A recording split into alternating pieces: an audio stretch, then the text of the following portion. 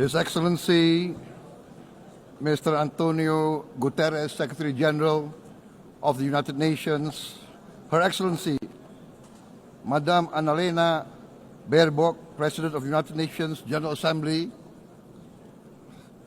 His Excellency, Mr. Moses Abelian, Under-Secretary General for General Assembly and Management, Excellencies, Heads of States, Heads of Governments, distinguished delegates, ladies and gentlemen. It is indeed a great honor for me to stand in this august General Assembly Hall among leaders and representatives who represent almost all of humanity. We differ in race, religion, and nationality, yet we gather together today as one human family. We are here first and foremost as fellow human beings, each created equal, endowed with unalienable rights to life, liberty, and the pursuit of happiness. The words of the United Nations Declaration of Independence have inspired democratic movements across continents, including the French Revolution, the Russian Revolution, the Mexican Revolution, the Chinese Revolution, and Indonesia's own struggle and journey to freedom. It also gave birth to the Universal Declaration of Human Rights, adopted by the United Nations in 1948. All men are created equal was the creed that opened the way to unprecedented global prosperity and dignity. And yet, in our own era of scientific and technological triumphs, an era capable of ending hunger, poverty, and environmental ruin, we also continue to face today grave dangers, challenges, and uncertainties. Human folly, fueled by fear, racism, hatred, oppression, and apartheid, threatens our common future. My country knows this pain. For centuries, Indonesians lived under colonial domination, oppression, and slavery. We were treated less than dogs in our own homeland. We Indonesians know what it means to be denied justice and what it means to live in apartheid, to live in poverty, and to be denied equal opportunity. We also knew what solidarity can do in our struggle for independence, in our fight to overcome hunger, disease, and poverty. The United Nations stood with Indonesia and gave us vital assistance.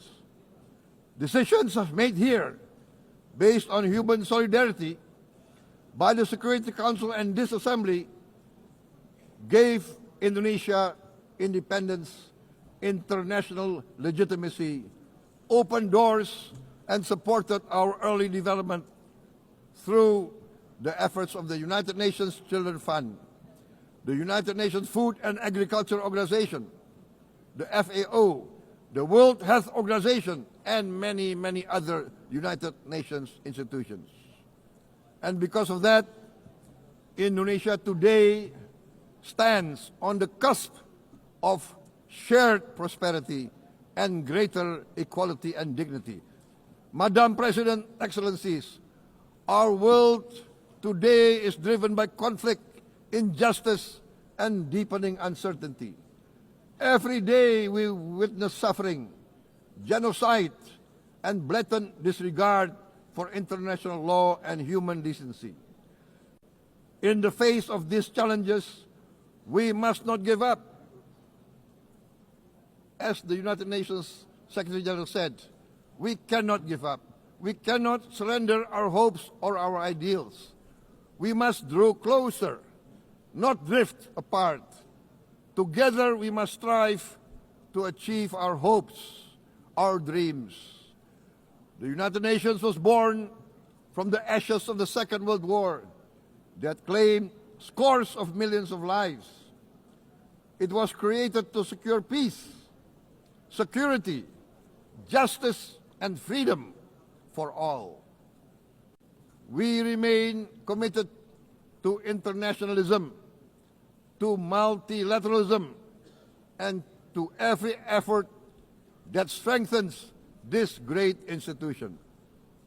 Today, Indonesia is nearer than ever before to meeting the sustainable development goals of ending extreme poverty and hunger. Because years ago, this very chamber chose to listen and uphold social and economic justice. We will never forget. And today, we must never be silent while Palestinians are denied that same justice and legitimacy in this very hall. Excellencies, Thucydides warned, the strong do what they can, the weak suffer what they must. We must reject this doctrine. The United Nations exist to reject this doctrine. We must stand for all, the strong and the weak. Might cannot be right. Right must be right. Indonesia today is one of the largest contributors to United Peacekeeping Forces. We believe in the United Nations. We will continue to serve where peace needs guardians, not with just words, but with boots on the ground. If and when the United Nations Security Council and this great assembly decide Indonesia is prepared to deploy 20,000 or even more of our sons and daughters to help secure peace in Gaza or elsewhere, in Ukraine, in Sudan, in Libya, everywhere when the peace needs to be enforced, peace needs to be guarded, we are ready. We will take our share of the burden, not only with our sons and daughters, we are also willing to contribute financially to support the great mission to achieve peace by the United Nations. Madam President, Excellencies, I propose to this Assembly a message of hope and optimism, grounded in action and execution.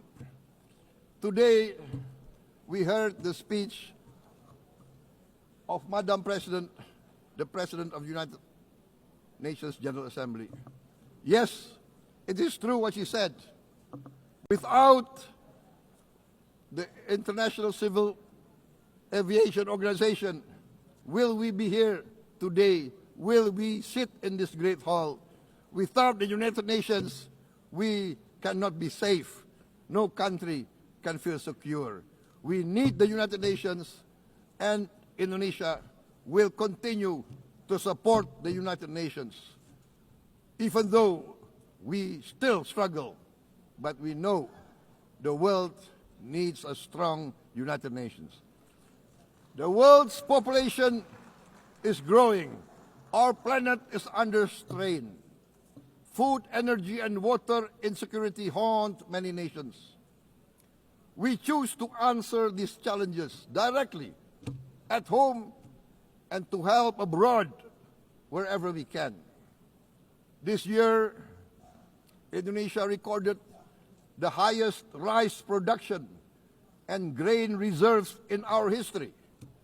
We are now self-sufficient in rice, and we are starting now to export rice to other nations in need, including providing rice for Palestine.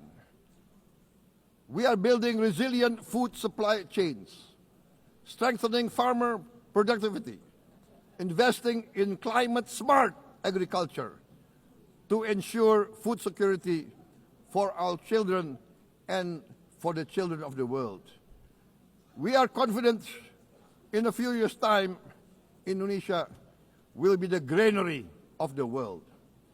As the world's largest island state, we testify before you that we are already experiencing the direct consequences of climate change, particularly the threat of rising sea levels.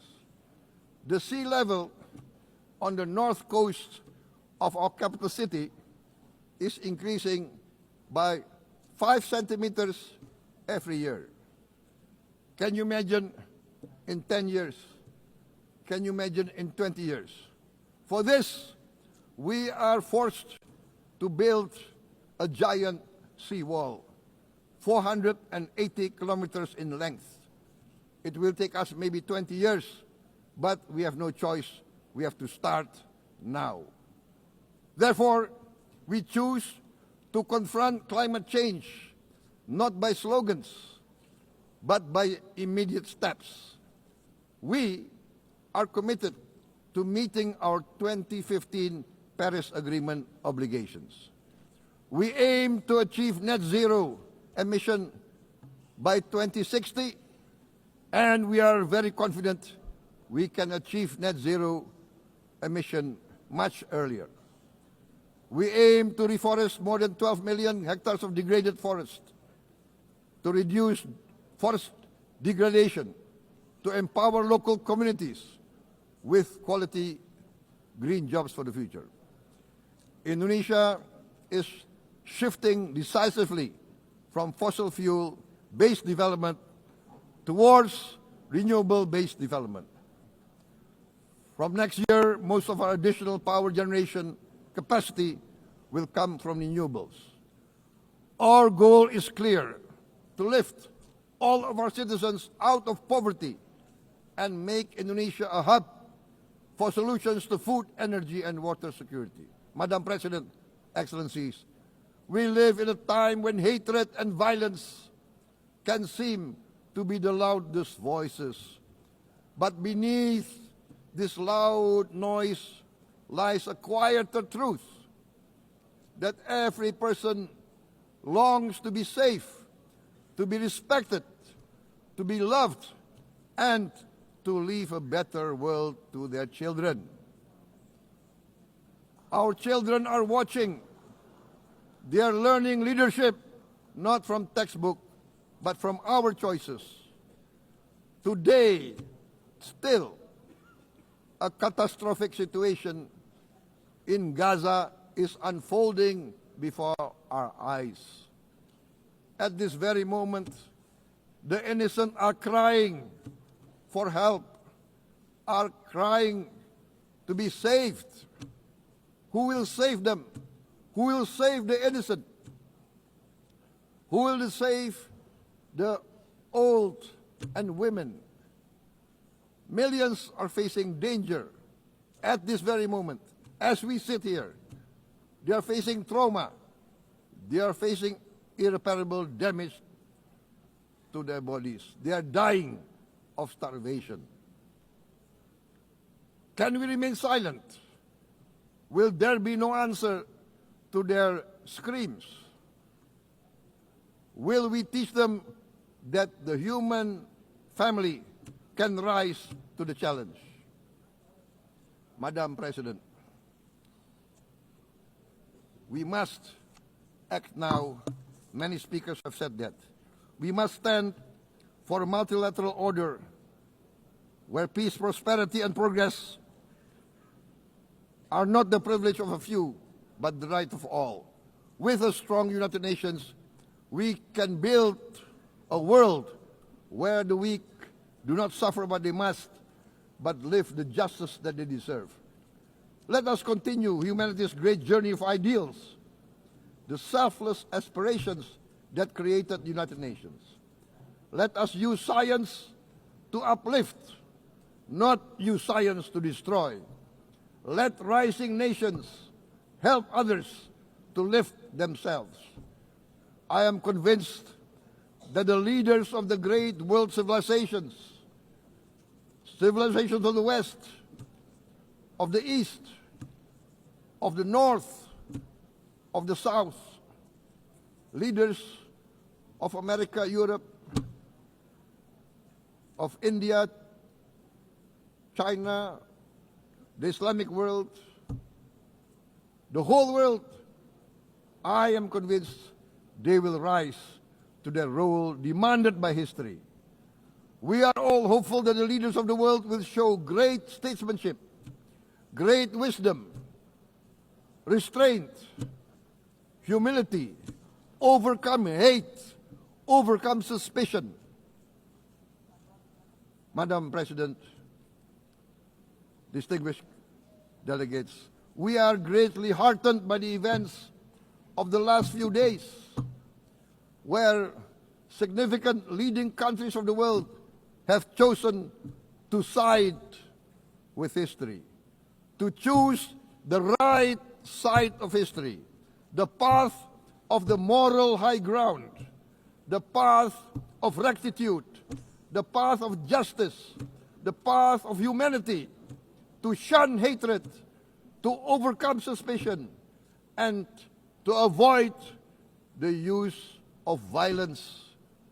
The use of violence will beget violence. No one country can bully the whole community of the human family.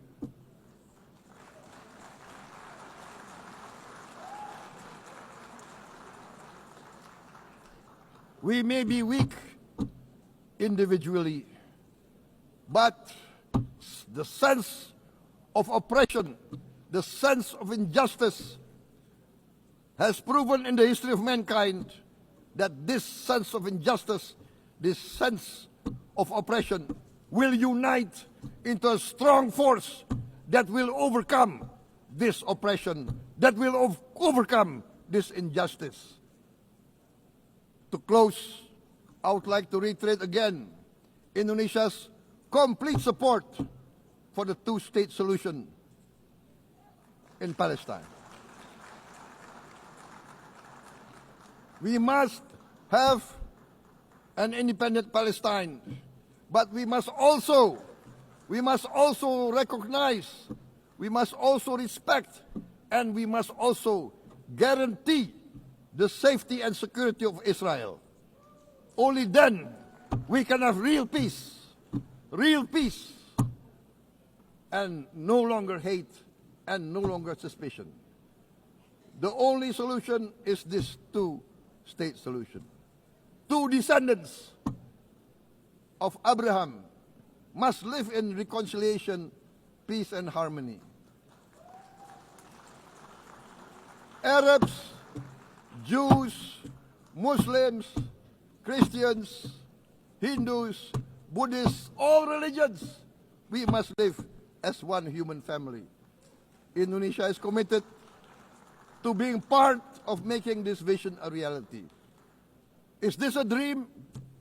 Maybe, but this is the beautiful dream that we must work together towards. Let us work towards this noble goal. Let us continue humanity's journey of hope, a journey started by our forefathers, a journey that we must complete. Thank you. Wassalamualaikum warahmatullahi wabarakatuh.